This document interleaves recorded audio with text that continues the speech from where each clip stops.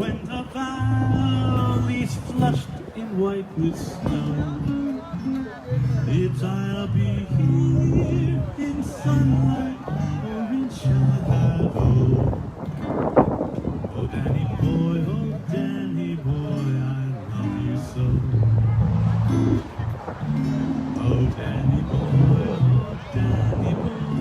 I love you so.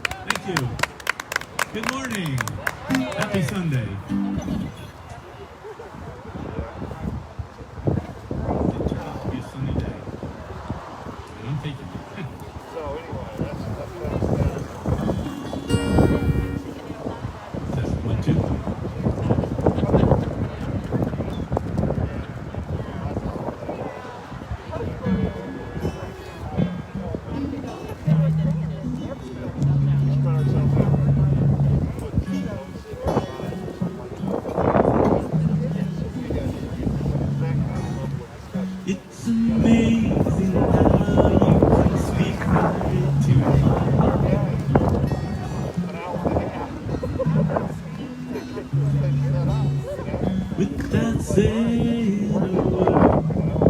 You light up the dark.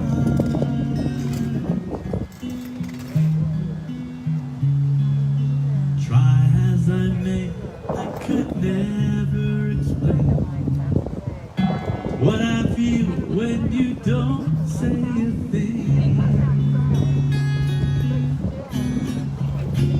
Oh, the smile on your face lets me know that you need me. There's a truth in your eyes saying you never leave me. A touch of your hand says you catch me wherever I go.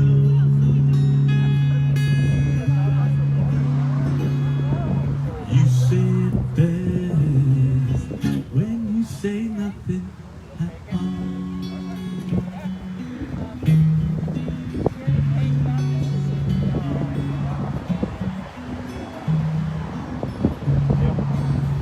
All day long I can hear people talking out loud.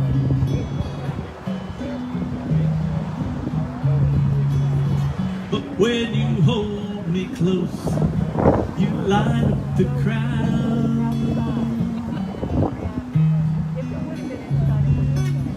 Old Mr. Webster could never define what's being said between your heart and mine. Oh, the smile on your face lets me know that you need me. There's a truth in your eyes saying you never leave me. A touch of your hand says you catch me wherever I go. Yeah, you say it best when you say nothing at all.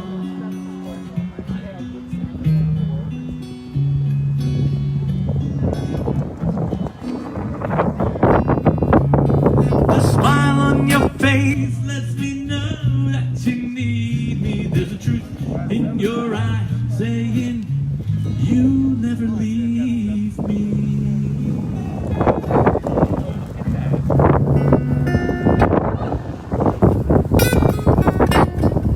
A touch of your hand says you catch me wherever I go. Yeah, you say it best when you say nothing. At the smile on your face lets me know that you need me. There's a truth in your eyes saying you'll never leave me. A touch of your hand says you catch me wherever I go. You say it best when you say nothing at all.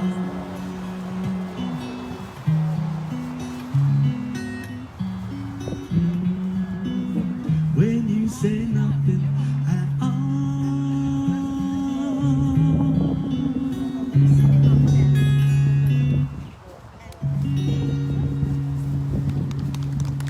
Thank you.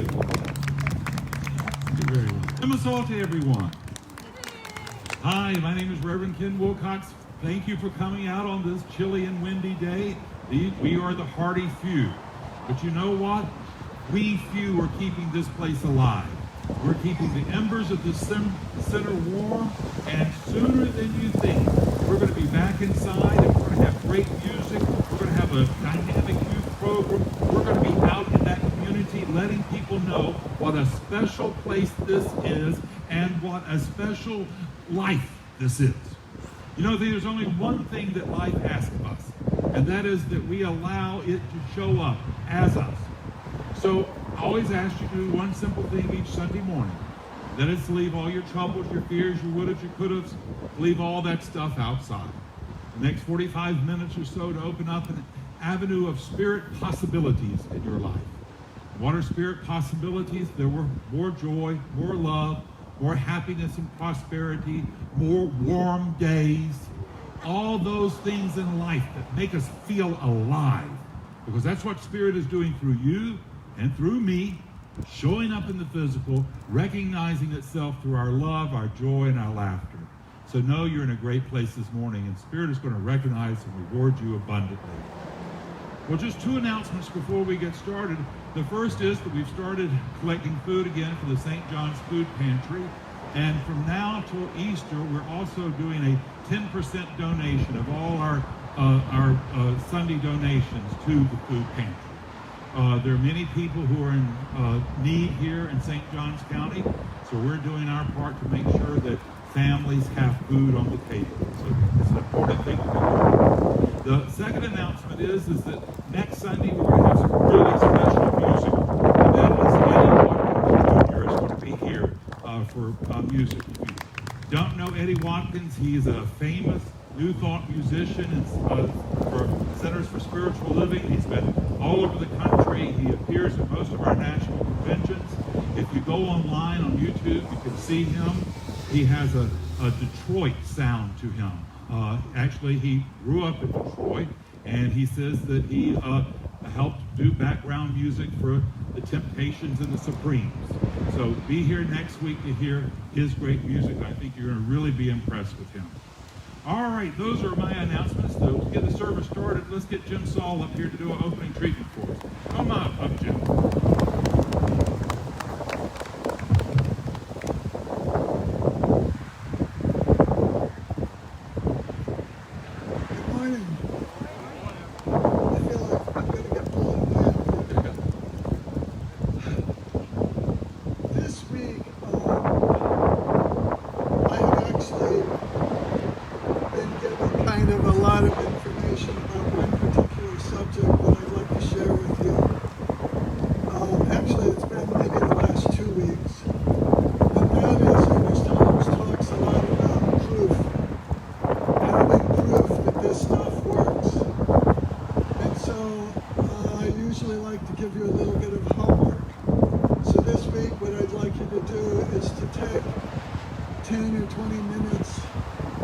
Just to be in a quiet place and feel the presence of God, and also to look throughout the week for proof that it's here.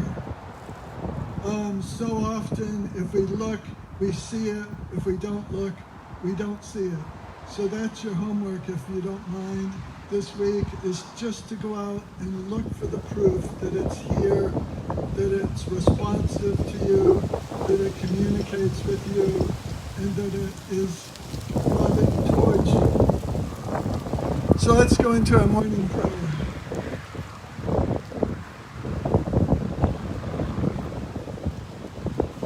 Just for a minute, listen to the silence and the noise and the wind, and just feel it all.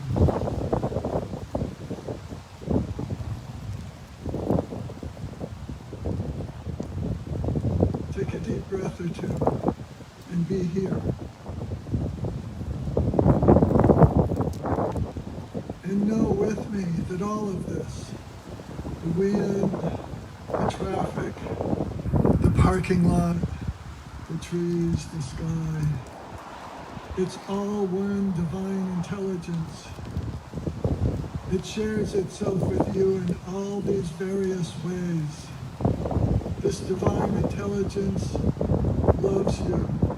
It is love. It expresses itself in wind and noise and silence.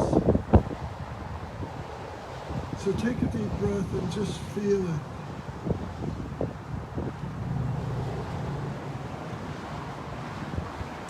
And know this week that wherever you look, it will be there, this divine intelligence. Whatever occurs in your life this week, look for the divinity within it. It's there. Ernest Holmes says it. I've experienced it. Ken's experienced it, and so many of us have experienced it. So it's really there. So look for it, feel it, and know it. And then give thanks for it.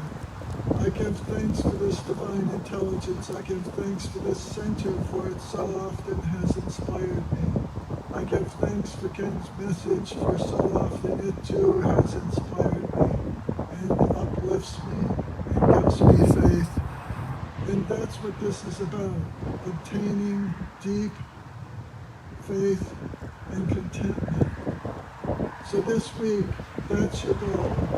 Find this deep faith and contentment.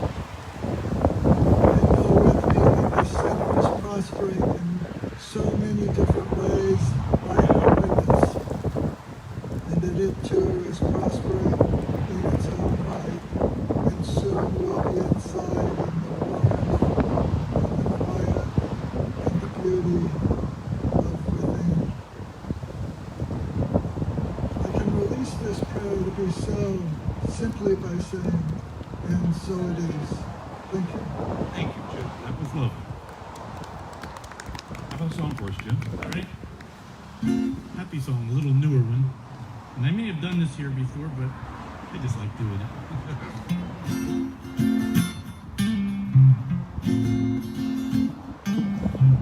My head stuck in the clouds. She begs me to come down, says, boy, stop fooling around. She's got blue eyes deep like the sea that roll back when she's laughing at me. Rises up like the tide the moment her lips touch mine. We may only have tonight, but till the morning sun, you're mine, oh mine. Let the music flow and sway to the rhythm of love.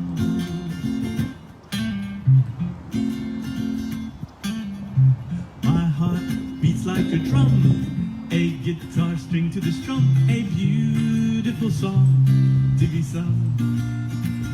She's got blue eyes deep like the sea that roll back when she's laughing at me. We rises up like the tide the moment her eyes touch mine. We may only have tonight, but till the morning sun, you're mine, oh mine. Play the music low and sway to the rhythm of love.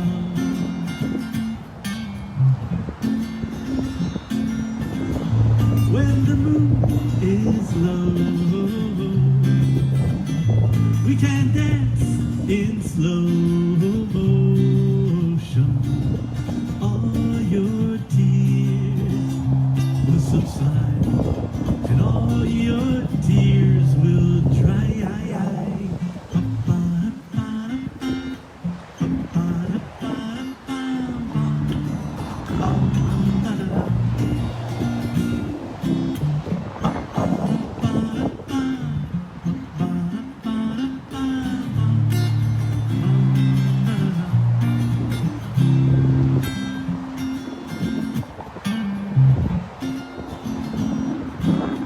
And long after I'm gone, she'll still be humming along, and I will keep you by my side, the way you make love so fine. We may only have tonight, but till the morning sun, you're mine, oh mine. Play the music low and sway to the rhythm of love. Play the music low and sway to the rhythm of love. Play the music low and sway to the rhythm of love.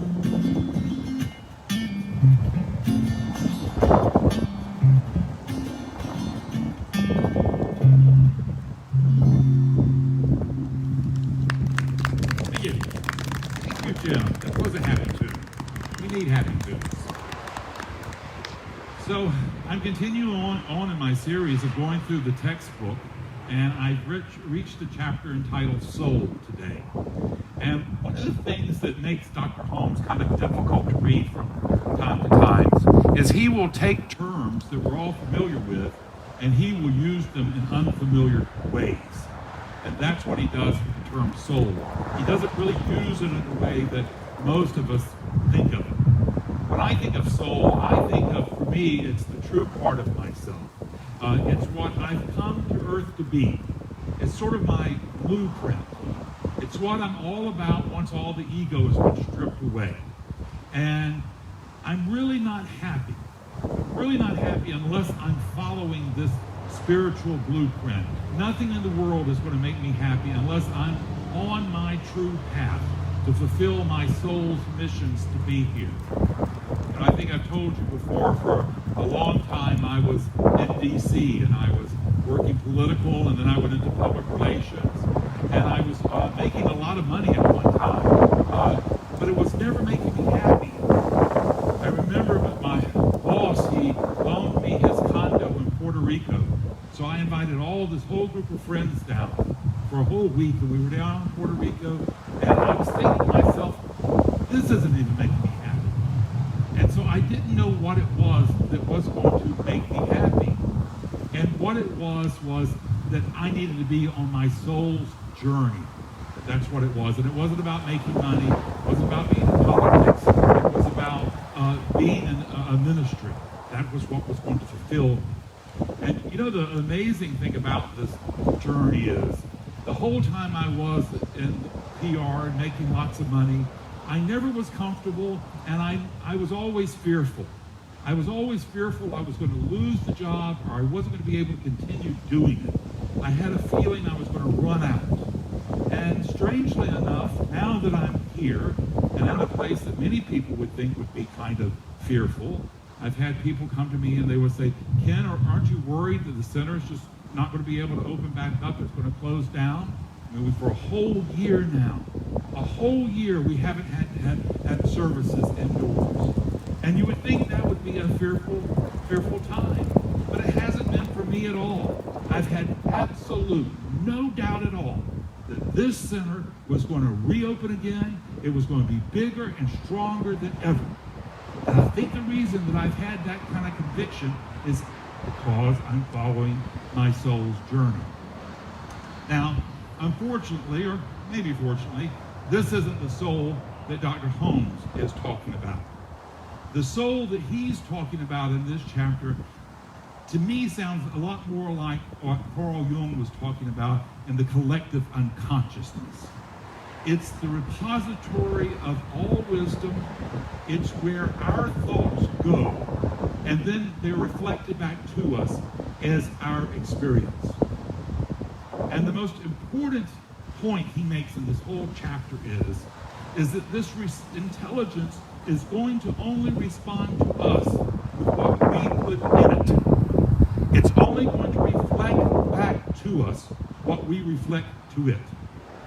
He uses the analogy, the soil for the soul. So when we plant tomato seeds, if we get anything at all, because tomato seeds are notoriously not easy to grow, you're going to get tomato plants. You can't plant tomato seeds and expect to get radishes or expect to get corn. It's not going to work that way. The soil has no choice in growing anything but what the intelligence of the seed. The soil is not going to think to itself, you know, you would really be better off with some corn or wheat. It's not going to do that. It's only going to respond to the seed. This is the same thing with our soul. If we keep putting ideas of poverty and illness and loneliness into our soul, that's what it's going to reflect back to us.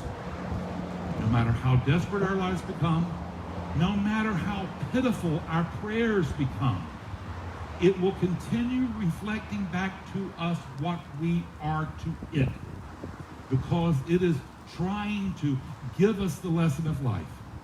The lesson of life is that we can control our thoughts, we can control our thinking and emotion, and by doing that, we can control our lives. Our soul will not save us no matter how pitiful we become. It is the mirror of our lives, and it's going to encourage us to know better for ourselves. So the challenge becomes then, what are we putting into mind? What is it that we want to see in our lives? Are we surrounding ourselves by things of beauty and inspiration, things that make us calm, or are we ingesting toxins? And if you have the news on 24/7, that's what you're doing. You're ingesting toxins. And you can't help but outpicture more turmoil in your life if you're constantly allowing news to pour into your life. But we want to surround ourselves with things that would inspire us, things that when we look for in life, we're grateful to have. And if we look for things, Jim mentioned this, if we look for things that are God-inspired, we will find them. And when we find them, if we give gratitude for them, we will see more of it. What we acknowledge and bless, we see more of.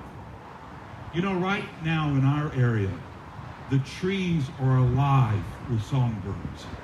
If you go out in the morning, the trees are full of birds singing. As I was listening to them the other day, I thought to myself, you know, for eons, way past into his prehistoric area, these birds have been singing these songs, and they have inspired humans throughout this whole time. And I'm thinking, what is the inspiration that they are inspiring for me? They have been singing to the glory of God, and it's to me to listen to their beauty and to open myself up to the glory of God.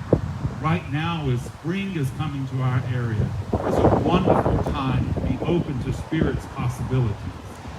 So we want to look for the beauty of nature around us. It's also important to surround yourself with great art, wonderful music, wonderful literature. These things have a high vibration. And when we allow them into our consciousness, those vibrations lift us up. And the higher we go, Spirit can match us. So that's what we want to do, is to raise our vibrations so that we can expand our greater possibilities. Within all of us, there is a greater love, a greater good, a greater possibility than we've ever believed possible. God, Spirit, wants to awe us with the miracles it can produce through us. And we can do this through our love, our joy, and our laughter. You know, the first miracle Jesus produced was turning the water into wine. He had to be a fun guy. Now, the fun thing about that that's really a lot of times overlooked is he had to be talked into it, basically embarrassed into it by his mother. They had run out of wine at the wedding party, and Jesus' mom, Mary, had to go drag him out and get him to perform this miracle. You can almost imagine this, you know, after one mother had her son play the violin, another mother had her daughter perform some, piece of poetry. Finally, they're out of wine. Mary goes and drags Jesus out, a little shy teenager. She's like, make some wine. Now, the poor guy had to satisfy a Jewish mother. Do you know how hard that is? In Scripture, it says 1 jar of wine. No way. She wanted a fruity Chablis over here, a dry Zinfandel there, and a bubbly something here. She was wanting to satisfy not just herself, all her friends. And there she pushed Jesus out in front of them all to make it happen. Now, he was reluctant, but he did it. We need that encouragement. We need the community to support us and to push us out, to rise up to the better part of ourselves. You know, I feel so blessed, really blessed, and in some ways awestruck to be a part of this wonderful community that I happened to stumble upon almost 9 years ago. And what really is awe-inspiring to me is the amount of love and support and encouragement that I see you giving to one another. I call several people each week to check in with people to make sure they're doing okay. People who are in the hospital, people who've lost loved ones, or people who are ill. And I'm always amazed that when I call them and I ask how they're doing, they tell me the amount of support they're getting from this community. People who are bringing meals by, people who are checking in with them, people who are helping them one way or another. It's a wonderful and it's a miraculous thing, and we're lucky to have it. Now, the thing that it so inspires me is I wonder, how was I able to attract this community to me? There was no antecedent from it in my life. I didn't have an experience of it in my childhood. When I was a young adult and going into middle age, I lived in D.C., and that's not a loving community. Harry Truman said about D.C., if you want a friend, get a dog. So where did it come from? It didn't come from my experience. It had to come from a place in my soul that I had not previously explored. It had to come from the grace of God. Now, there's some in our teaching, some of the hardcore, and we do get some hardcore people, fundamentalists, strangely enough. There's some fundamentalists in our teaching saying that's not possible. The universe works on a law and principle. It's only going to respond to what it has been given. But that's not the example of my life. For me, there has been a grace of God that allowed me to experience more than I had within my previous experience. And I think we can see that. You know, you often hear of people all of a sudden having a lightning bolt moment when they suddenly realize they can do better. My teacher, Kennedy Schultz, he had one of those experiences. He, for much of his early adult life, had a drinking problem. He said he never turned down a drink unless he misunderstood the question. He said one Sunday morning he found himself on the streets of Brooklyn. He said he came to himself and he was on the street curb of Brooklyn. He said he didn't know where he was. He said beside him there was a 6-pack of warm beer, one beer missing. And he said he looked down and one of his shoes was gone. And he said when he saw himself in that situation, he thought to himself, I can do better than this. I can do better. That thought came from God. That is an idea from the grace of God. And he said that indeed he did go on and he did miraculous things from that point on. You know, we're getting ready here in the next couple of months. We're recovering from this pandemic. Almost a whole year now. It's almost hard to believe. A year now we haven't been meeting inside. A year now we've been living under the restriction, and for a year we've suffered such loss. But we're about to restart, reinvent ourselves. And I think it's very important that as we go forward in this reinvention, that we just don't go back to the way things were. That we allow the intelligence of the universe to flow through us to create a new life, the new possibilities, that we re-envision ourselves. So for the next couple of weeks, the challenge is to think, what is it about my life that I would like to reinvent? How can I reflect more love, more health, more joy, and prosperity? What is it that I need to release? And what is it that I need to bring in? And make sure that our minds is reflecting, that we're putting into our minds what we want reflected in our world. And to know that we're powerful enough to make a change if what we're seeing in the world is not what we want. If we want to see a better world, a more loving and compassionate and kind world, that we can input in our thinking the power to change that. You know, in Scripture it says we are glorious in God's sight. We're pre-approved to have a wonderful time here and to know that we're beloved by our Creator. It also says in Scripture that Jesus traveled all over Judea, performing miracles, healing people, encouraging people, inspiring people. He traveled all over Judea, and he did that with 12 unmarried young guys. And anybody that's been around at least 12 unmarried guys know that there's going to be at least one of them making some kind of rude jokes with accompanying sound effects. You're just not going to find 12 serious young guys. There's going to be a fun one in the bunch. You know what that is? It's just Jesus was about having a good time. He was enjoying his life. and we should too. Now is a special time for us. Now's a new chapter for us, and we get to write the heading on that. So let's make sure that we write the heading of, it was a glorious life. It was a fun life. It was full of family and friends and laughter and dancing and music, to see wonderful and amazing places. Through our love and joy and laughter, we're creating a new heaven and earth. It's what we're called to do, and God has never doubted us for a moment. God has always been more impressed with us, with our potential, than has ever been angry about any mistakes we've ever made. Isn't it time that we get inspired by our spirit-filled potential, to know that we can change the world, that we can get out and make it a better world? Now's the time for us to know that we are glorious in God's sight. Every single one of us. You're not an accident. You're not a mistake. God has never been disappointed in you. Spirit is awed by you. God is awed by the fact that you're here, that you're willing to try again, you're willing to love again, even if you had your heart broken, that you're willing to get out there and to make a difference. And so let us start moving out in love and compassion and kindness.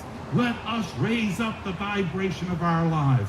Let us move out in strength and courage and conviction, knowing that we can make the world a better place by our just being in here, that we are bringing a new heaven and a new earth through our love, our joy, our laughter, and compassion. Now's the time. We're the people. We're up to it. God is counting on us, and it's behind us, lighting every step of the way. It's the truth in your life this morning. It's the truth in mine, and so it is.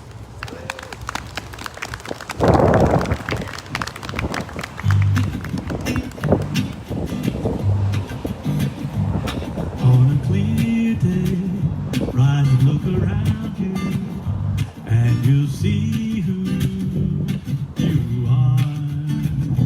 On a clear day, how it will astound you that the glow of your being outshines every star. Oh, you feel part of every mountain, sea, and shore. You can hear from far and near those words you never heard before. And on a clear day, you can see forever and ever. Freedom, every mountain, sea, and shore. You can hear from far and near those words that never heard before. And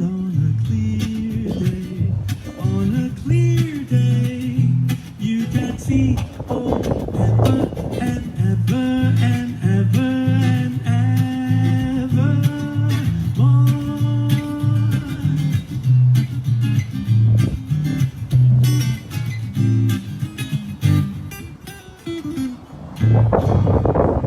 Thank you, Jeff. Well, let's close out our service with an affirmative prayer. I'm going to do this prayer in the first person, but take it in for yourself. I say something that works for you, hold tight to that. I say something that doesn't work for you, well, just let that part slide by. But just know this truth with me today. There's but one God, one mind, and one power. That power is perfect love. It's divine intelligence. And that power is exactly where I am. That power is exactly what I am. So here today, exactly where I am, I know I've got all the love and joy and wisdom the Spirit has to offer. Here today, I am living in a clear day of new possibilities for myself. I've cast aside and let go of all the shackles of fear and doubt and confusion, of woulda, coulda, shoulda. I've done with all that nonsense. Here and now, I am stepping up and stepping out. I am choosing to see myself as God sees me, not as weak and wounded, but strong and vital, needed and necessary. Here today, I am moving out to know that I can have the best of life, that I can live in love and joy and compassion, that I can bring a new earth and a new heaven to reality through the joy of my soul. So this day, this clear day, I am relieving myself of any confusion. This clear day, I am reminding myself of who I am that I am the beloved of creation, and that I am here to be awed with how much God loves me, how much God supports me, how much God is giving to me. This day, I know the truth for myself. It's my truth. I celebrate it. Every cell of my being radiates this right knowing. And I release this prayer into the mind of God to do its good and perfect, bold and dynamic, returning to me multiplied abundantly. Together we say, and so it is. All right, my dear friends, let me leave you with one final thought. Your life is not a problem to be solved. It's a miracle unfolding. Your job this week is to name your miracle, proclaim your miracle, and to make it your own. God bless us all. Till we see each other again, Reverend Ken.